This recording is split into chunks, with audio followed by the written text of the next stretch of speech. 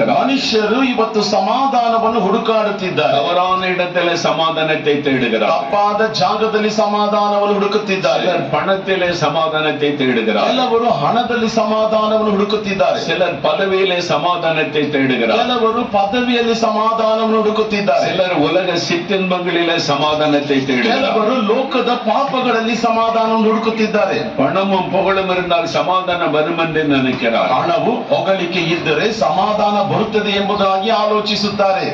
எங்களுடைய ஊருக்கு அருகிலே ஒரு பெரிய கிராமம். ನಮ್ಮ ಊರಿನ ಬಳಿಯಲ್ಲಿ ಒಂದು ದೊಡ್ಡ ಗ್ರಾಮ. அங்கே ஒரு பண்ணையார் குடும்பம் இருக்கிறது. ಅಲ್ಲಿ ಒಂದು ಧನವಂತರ ಕುಟುಂಬವಿದೆ. அவங்க ரொம்ப பிரபலமான குடும்பம். ಅವರು ಬಹಳ ಪ್ರಸಿದ್ಧಿಯಾದಂತ ಒಂದು ಕುಟುಂಬ. ஏராளமான சொத்துக்கள் இந்த பகுதியில் இருக்கு. ಏರಾಳವಾದಂತ ಸ್ವತ್ತುಗಳು ಆ ಪ್ರಾಂತ್ಯದಲ್ಲಿ ಉಂಟು. பெரிய தொழில் அவர்களுக்கு இருக்கிறது. ದೊಡ್ಡ ಒಂದು ವ್ಯಾಪಾರವು ಅವರಿಗೆ பிரபலமான குடும்பம். ಪ್ರಸಿದ್ಧಿಯಾದಂತ ಒಂದು ಕುಟುಂಬ.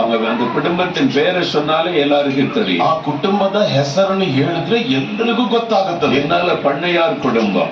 ಯಾಕೆಂದ್ರೆ ಅವರೊಂದು ಧನವಂತರ ಕುಟುಂಬ. அவர் கிறிஸ்தவர் அல்லாதவர்கள். ಅವರು ಕ್ರೈಸ್ತರಲ್ಲದವರು. ஒரு நாள் இந்த குடும்பத்தை சார்ந்த சகோதரர் என்னை தேடி வந்தார். ಒಂದು ದಿನ ಆ ಕುಟುಂಬಕ್ಕೆ ಸೇರಿದಂತ ಒಬ್ಬ ಸಹೋದರರು ನನ್ನನ್ನು ಹುಡುಕಿಕೊಂಡು வீட்டிற்கு என்னை பார்க்க வேண்டும் என்று வந்தார். ನನ್ನ ಮನೆಗೆ ನನ್ನನ್ನು ನೋಡಬೇಕೆಂಬುದಾಗಿ ಅವರು ಬಂದರು. அவருடைய பெயரை சொன்ன உடனே, குடும்பத்தை சொன்ன உடனே எனக்கு தெரிந்து விட்டார். ಅವರ ಹೆಸರನ್ನು ಹೇಳಿದ ತಕ್ಷಣ, ಕುಟುಂಬವನ್ನು ಹೇಳಿದ ತಕ್ಷಣ ನನಗೆ ಗೊತ್ತಾಯಿತು. நான் அவரை வீட்டில் உட்கார வைத்து பேசிக்கொண்டேன். ನಾನು ಅವರನ್ನು ಮನೆಯಲ್ಲಿ ಕುಳ್ಳಿರಿಸಿ ಮಾತಾಡಲಾರಂಭಿಸಿದೆ. ஏன் என்னை தேடி வந்தீர்கள்? ಯಾಕೆ ನನ್ನನ್ನು ಹುಡುಕೊಂಡು ಬಂದ್ರಿ? அவர் சொன்னார், எனக்கு ஒரு பிரச்சனை இருக்கிறது. ಅವರು ಹೇಳಿದರು, ನನಗೊಂದು ಸಮಸ್ಯೆ ಉಂಟು. அந்த பிரச்சனை என்னை பாதிக்கிறது. ಆ ಸಮಸ್ಯೆ ನನ್ನನ್ನು ಬಾಧಿಸುತ್ತಿದೆ. நீங்க பிரார்த்தனை எல்லாம் செய்கிறீர்கள். ನೀವು ಪ್ರಾರ್ಥನೆ ಎಲ್ಲಾ ಮಾಡ್ತೀರಾ? என்னை மாதிரி பொதுக்கூட்டத்துக்கெல்லாம் என்னால் வர முடியாது. ಈ ರೀತಿಯಾದಂತ ಸಾಮಾನ್ಯ ಕೂಟಕ್ಕೆ ನನ್ನಿಂದ ಬರಕ್ಕಾಗಲ್ಲ. எல்லா மக்களுக்கும் என்னை தெரிந்து ಏಕೆಂದರೆ ಎಲ್ಲಾ ಜನರಿಗೂ ನನ್ನ ಬಗ್ಗೆ உங்களை தேடி நான் வீட்டிற்கு வந்தேன். ಆದ್ದರಿಂದ ನಿಮ್ಮನ್ನು ಹುಡುಕಿ ನಿಮ್ಮ ಮನೆಗೆ ನಾನು ಬಂದೆ.